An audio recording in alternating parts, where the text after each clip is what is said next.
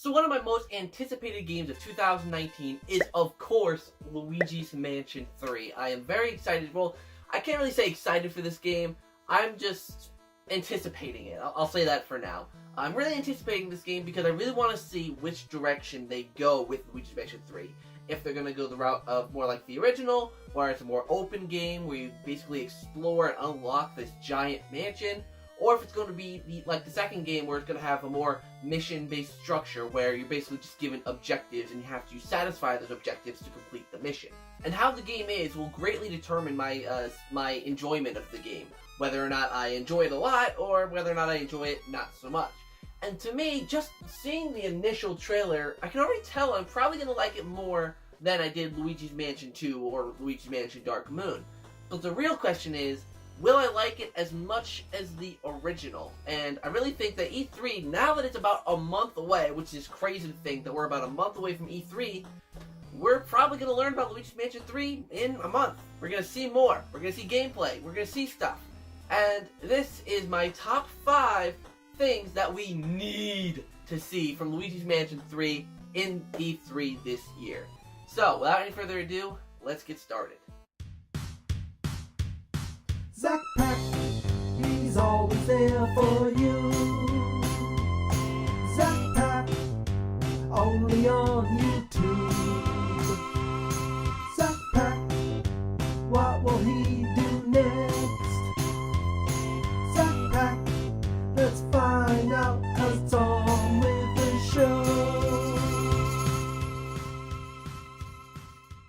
Number 5, I think, is a pretty obvious one. Is, like I said in the intro, we need to see what kind of structure the game is going to have. They need to tell us if it's going to be open and explorative, where your main objective is unlocking each room and exploring the mansion, you know, working your way up to the top, or if it's going to be like the second game and you're more so just completing objectives. Like if your objective is to go to the dining room and complete a task, and then go to another room and complete another task in another room, you know, and stuff like that, because that second thing, it really doesn't sit well with me. You know, having to go here and then go here and then go here. I prefer the more open style, where you build your way up the mansion, you unlock a room, one room at a time, and you spend a decent amount of time in each room capturing the ghosts in each room, and then work your way up to the top, like I said. You know, I think the second game, you know, it really limited you in terms of what you could do by saying, oh, most of the rooms are unlocked.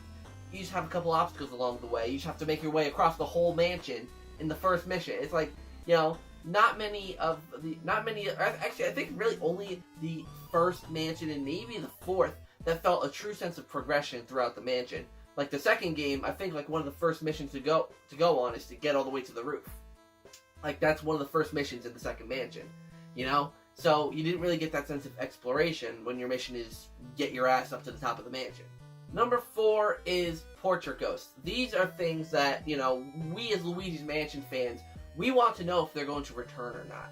You know, like I think Luigi's Mansion, you know, 3 has great potential if Next Level Games really introduces some unique portrait ghosts into things. And you know, I think portrait ghosts, as much as I definitely want to see them, and I think they do need to return, if they omit them, if they did something clever to replace them, that's fine. But I'm pretty sure I'm the only one that thinks that. Most Luigi's Mansion fans want the portrait ghosts to return. That's a pretty unanimous decision among Luigi's Mansion fans. You know, so portrait ghosts, we need to find out if they're going to return or not. I mean, if they're not, I am going to be pretty upset. Because they did offer such a unique twist to the first game. It made the mansion a little more than just all the common ghosts that you see in, for example, Luigi's Mansion 2. You know, it makes the mansion seem more real with the occupants of each room, and like, you know, when you go into each room in the original game, you automatically think of the portrait ghost that is in that room. Like, every time I go into the nursery room, I think, oh, Chauncey, you know, like, that's the first thing I think of. His picture is even on the wall. You know, when I go into a room in Luigi's Mansion 2, I don't really think of anything. I just think it's a room. You know, there's no real emotional link or connection. Number 3, I think something they also need to get sorted out and really show us is how the atmosphere of the game is going to be. because we do see a lot of that childlike, bright, cartoony style that we saw in Luigi's Mansion 2. We see that in the trailer for Luigi's Mansion 3. But you know how it is with games, things change along the way, you know, things become less scary or scary. Look at the first game. You know, the first game had a lot of creepier vibe, and while the game still is creepy to an extent, it toned it down a lot. So, lots of changes can be made, you know, from initial reveal trailer to launch. You know, a lot of things can change. And I'm honestly hoping that the game does get a little bit creepier. One of my biggest pet peeves about Luigi's Mansion 2, and it seems like 3, is that Luigi is in a lit up room, but he's still using his flashlight. That's one of those things that really bothers me. That just bothers me.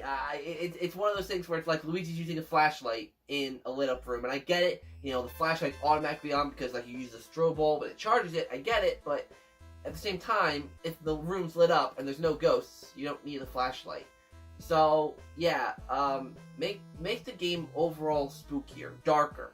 You know, like turn off the lights when there are ghosts in the room. You know, the whole point of the original game is that the ghosts hid in the darkness. That was the main point. You know, like in the second game, maybe it's excusable because the ghosts were just generally assistants to Egad, and they were always in the mansion. So whatever, the second game may be forgivable, I guess. And especially because the 3DS has such low resolution, maybe really dark rooms could have made it not look as good. But then again, the 3DS remake of the original Luigi's Mansion, that nailed it. So, yeah, set the tone for Luigi's Mansion 3. I want to know if it's going to be spooky or if it's going to be lighthearted, and I'm really hoping it's the former here. I really hope it's spooky. Number 2, I think Egad is decently important to see here. Because we all know that King Boo is going to be the villain, right? Like we don't really need the big introduction of King Boo. We know he's going to be the villain, you know. But Egad, I want to see what his function is. Because this, you know, like the first 2 games heavily revolved around Egad. You know, Egad's lab was right outside the first mansion, and Egad was working with the ghosts in the second game. So, what's the link in the third game? Will Luigi call up Egad when things go wrong? Will Egad be conveniently next or in this hotel? You know, how does Luigi get the Poltergust GOO, or Poltergust Goo, I think it's codenamed. You know, how is all that going to connect? Because Luigi, we all know, has it throughout the whole entire trailer. You know, every single scene that Luigi's in the initial reveal trailer, he has the Poltergust. So, when does he get it? Where does he get it? You know, I want to learn more. I put story in here altogether. I want to learn more about the story. Mario, Toad, and Peach. Where do they come into the story? I'm presuming they all got an invitation to a hotel, but, you know, how did they get kidnapped and Luigi didn't? Did Luigi arrive there later? I want to hear more story details.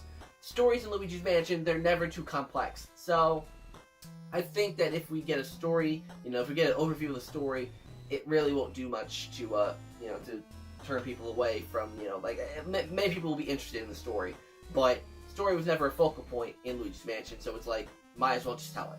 So I'm going to give a little honorable mention here before we get to number 1. Honorable mention, the ghosts. I really want to see what kind of ghosts this game offers. And I don't mean the portrait ghosts, I already mentioned portrait ghosts, but I mean common ghosts. We saw that one ghost in the reveal trailer, and I think obviously we need more types. We need different colors, we need different strengths, we need all that stuff. And this is the time to do it. And I really want to see which vibe they're going to go for. Like I said before, the first game to the second game. The first game where they were legitimately kind of spooky and kind of ugly, and the second game where they were really cutesy and, you know, throwing things around and were very goofy. You know, I want it to be like the first game. I want them to be kind of spooky. I want them to have a little bit of to them rather than, you know, like, you want that little more eeriness than the cutie game, like the cutie second game ghost had. You know, it's just, that's how I feel, at least. Another honorable mention is I really want to see how the mansion is going to function. And by that, I mean the first game's mansion was very realistic. With, you know, some puzzles here and there related to lighting candles, or, you know, or like watering plants, that kind of stuff.